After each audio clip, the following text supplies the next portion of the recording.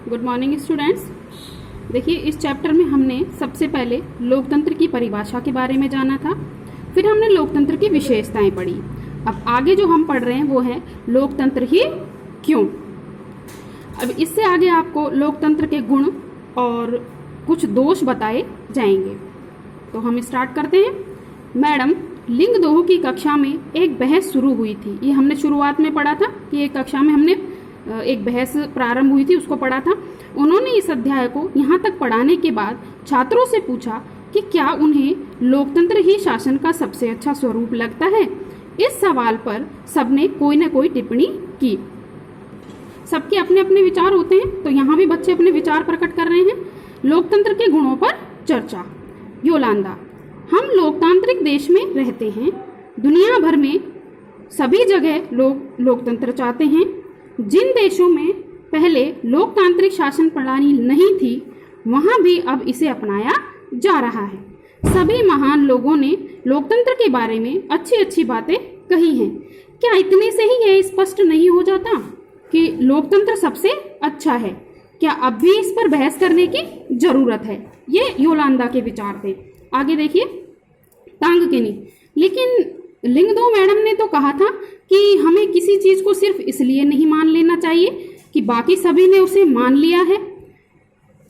क्या ऐसा नहीं हो सकता कि बाकी सभी लोग गलत रास्ते पर जा रहे हों? अब देखिए जैनी के विचार। जैनी, हाँ, यह गलत रास्ता ही है। लोकतंत्र ने हमारे देश को क्या दे दिया है? आधी सदी से ज्यादा समय से लोकतंत्र है और तब भी देश में इतनी अधिक गरीबी है। रिव्यांग, लेकिन लोकतंत्र इसमें क्या कर सकता है? क्या हमारे यहाँ लोकतंत्र के कारण गरीबी है या फिर लोकतंत्र होने के बावजूद भी गरीबी है? आगे देखिए, जैनी, जो भी है इससे क्या फर्क पड़ता है? मुद्दा यह है कि हम इसे शासन का सर्वश्रेष्ठ रूप नहीं मान सकते। ये जैनी के विचार हैं अपने। लोकतंत्र का मतलब है अराजकता, अस्थिरता, भ्रष्टाचार और दिखावा। राजनेता आपस में ही लड़ते रहते हैं, देश की परवाह किसे है? पाइमोन, तो फिर इसकी जगह कौन सी प्रणाली होनी चाहिए? क्या अंग्रेजी हुकूमत वापस लाई जाए? बाहर से किसी राजा को देश पर शासन के लिए बुलाया जाए? रोज, पता नहीं, पर मुझे लगता है कि देश को एक मजबूत नेता की जरूरत है। ऐसे नेता की जिसे चुनाव की, संसद की परवाह न हो। एक ही नेता के पास सारे अधिकार हों। देश के हित में जो कुछ जरूरी हो वह सब करने में उसे सक्षम होना चाहिए। सिर्फ इसी से देश से गरीबी और भ्रष्टाचार खत्म होंगे। कोई पीछे से चिल्लाया, इसी को तानाशाही कहते हैं। इसी को तानाशाही कहते हैं, यानी एक व्यक्ति के पास अगर सारे अधिकार आ जाएंगे, सारी पावर आ जाएगी, तो वो किसी भी तरह से, किसी भी प्रकार से उसका इस्तेमाल कर सकता है। इसलिए फिर उसे क्या कहा जाएगा? तानाशाही। देखिए आगे इसी के बारे में क्या बता रहा है। दोई, अगर वह व्यक्ति सत्ता का उपयोग सिर्फ अपने लिए और अपने परिवार के लिए करने लगे तो क्या होगा? अगर वह खुद भ्रष्ट हो तब?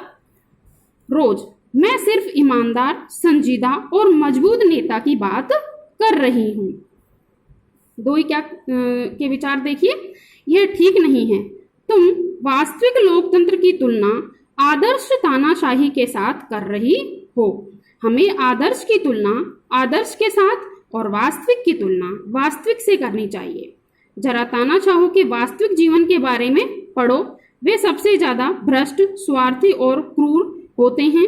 होता सिर्फ यह है कि हमें उनके बारे में जानकारियां उपलब्ध नहीं हो पाती, और सबसे बड़ी गड़बड़ तो यह है कि आप उन्हें सत्ता से हटा भी नहीं सकते। ये बच्चों ने अपने अपने विचार प्रकट किए। आगे देखिए क्या होता है। मैडम लिंगदोह इस चर्चा को पूरी दिलचस्पी से सुन रही थी। अब उन्होंने हस्तक्षेप किया।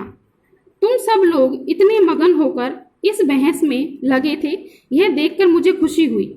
मुझे नहीं मालूम कौन सही है कौन गलत है, यह तो आप लोग सुलझाएं। पर मुझे लगा कि आप खुले दिमाग से बातें कर रहे थे। अगर किसी ने आपको रोकने की कोशिश की होती या आपको अपनी बात कहने के लिए सजा दी होती तो निश्चित रूप से आपको बहुत बुरा लगता। क्या आप ऐसा उस देश में कर सकते हैं जहां लोकतंत्र न हो? क्या यह लोकतंत्र के पक्ष में एक अच्छा तर्क है? यानी यहाँ एक लोकतंत्र की क्या विशेषता निकल कर आ रही है कि लोकतंत्र में व्यक्ति अपने विचारों को प्रकट कर सकते हैं। नेक्स्ट आता है लोकतंत्र के खिलाफ तर्क, यानी इसमें कुछ लोकतंत्र की कमियां बताई गई हैं, वो देखिए। इस चर्चा में लोकतंत्र के खिलाफ वे अधिकांश तर्क सामने आ गए हैं जिन्हें हम आम तौर पर सुनते हैं। ये तर्क कुछ इस प्रकार के होते हैं। पहला क्या बता रहे हैं, लोकतंत्र में नेता बदलते रहते हैं, इससे अस्थिरता पैदा होती है। लोकतंत्र में एक निश्चित समय के लिए सरकार का चुनाव किया जाता है, फिर उसके बाद दोबारा चुनाव होते हैं, तो इसलिए यहाँ पर कहा गया है कि लोकतंत्र में नेता बदलते रहते हैं, इससे अस्थिरता पैदा होती है। लोकतंत्र का मतलब सिर्फ राजनीतिक लड़ाई और सत्ता का खेल है, यहाँ नैतिकता की कोई जगह नहीं होती। नेक्स्ट क्या बताया इसमें, लोकतांत्रिक व्यवस्था में इतने सारे लोगों से बहस और चर्चा करनी पड़ती है कि हर फैसले में देरी होती है। यानी इसकी एक दोष ये भी बताया गया है कि इसमें फैसले में देरी होती है। चुने हुए नेताओं को लोगों के हितों का पता ही नहीं होता, इसके चलते खराब फैसले होते हैं। यानी जो नेता होते हैं उनको लोगों के हितों के बारे में पता नहीं होता, इसलिए वो किसी भी तरीके के फैसले ले सकते हैं या वो खराब भी हो सकते हैं। लोकतंत्र में चुनावी लड़ाई महत्वपूर्ण और खर्चीली होती है, इसीलिए इसमें भ्रष्टाचार होता है। अब चुनाव किए जाते हैं तो उनमें खर्चा भी होता है, इसलिए यहाँ पर बताया गया है कि खर्चीली होती है, क्योंकि एक निश्चित समय के बाद चुनाव होते रहते हैं इसमें, इसीलिए इसमें भ्रष्टाचार होता है। सामान्य लोगों को पता नहीं होता कि उनके लिए क्या चीज अच्छी है और क्या चीज बुरी, इसलिए उन्हें किसी चीज का फैसला नहीं करना चाहिए। ये लोकतंत्र के कुछ दोष इसमें बताए गए हैं। आगे देखिए, क्या लोकतंत्र के खिलाफ कुछ और भी बातें हैं जो आपके मन में रह गई हैं? इनमें से कौन सा तर्क मुख्य रूप से लोकतंत्र पर ही लागू होता है? इनमें से कौन सा तर्क किसी भी तरह की सरकार द्वारा सत्ता का दुरुपयोग करने के मामले में लागू नहीं होगा? इनमें से किस तर्क से आप सहमत हैं? आगे देखिए, जो पहले बताया गया था उसी को थोड़ा एक्सप्लेन किया गया है यहाँ पर। निश्चित रूप से लोकतंत्र सभी समस्याओं को खत्म करने वाली जादू की छड़ी नहीं है। लोकतंत्र ने हमारे देश में या दुनिया के अन्य हिस्सों में भी गरीबी नहीं मिटाई है।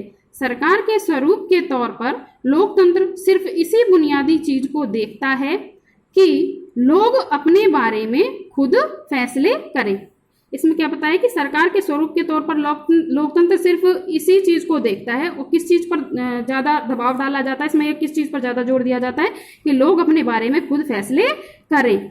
इससे इस बात की गारंटी नहीं हो जाती कि उनके सभी फैसले अच्छे ही होंगे। लोग गलतियां भी कर सकते हैं। इन फैसलों में लोगों को भागीदार बनाने से फैसलों में देरी होती है, ये भी हम पढ़ चुके हैं। यह भी सही है कि लोकतंत्र में जल्दी जल्दी नेतृत्व परिवर्तन होता है। मैंने ये भी बताया था कि निश्चित समय के लिए चुनाव होते हैं और फिर सरकार बदल भी सकती है, उसी दल की भी आ सकती है और दूसरे दल की भी आ सकती है। तो जल्दी जल्दी नेतृत्व परिवर्तन होता है। कई बार बड़े फैसलों और सरकार की कार्यकुशलता पर भी इसका बुरा असर होता है। इन तर्कों से यह लगता है कि हम लोकतंत्र का जो रूप देखते हैं वह सरकार का आदर्श स्वरूप नहीं हो सकता, पर वास्तविक जीवन में हमारे सामने यह सवाल नहीं होता।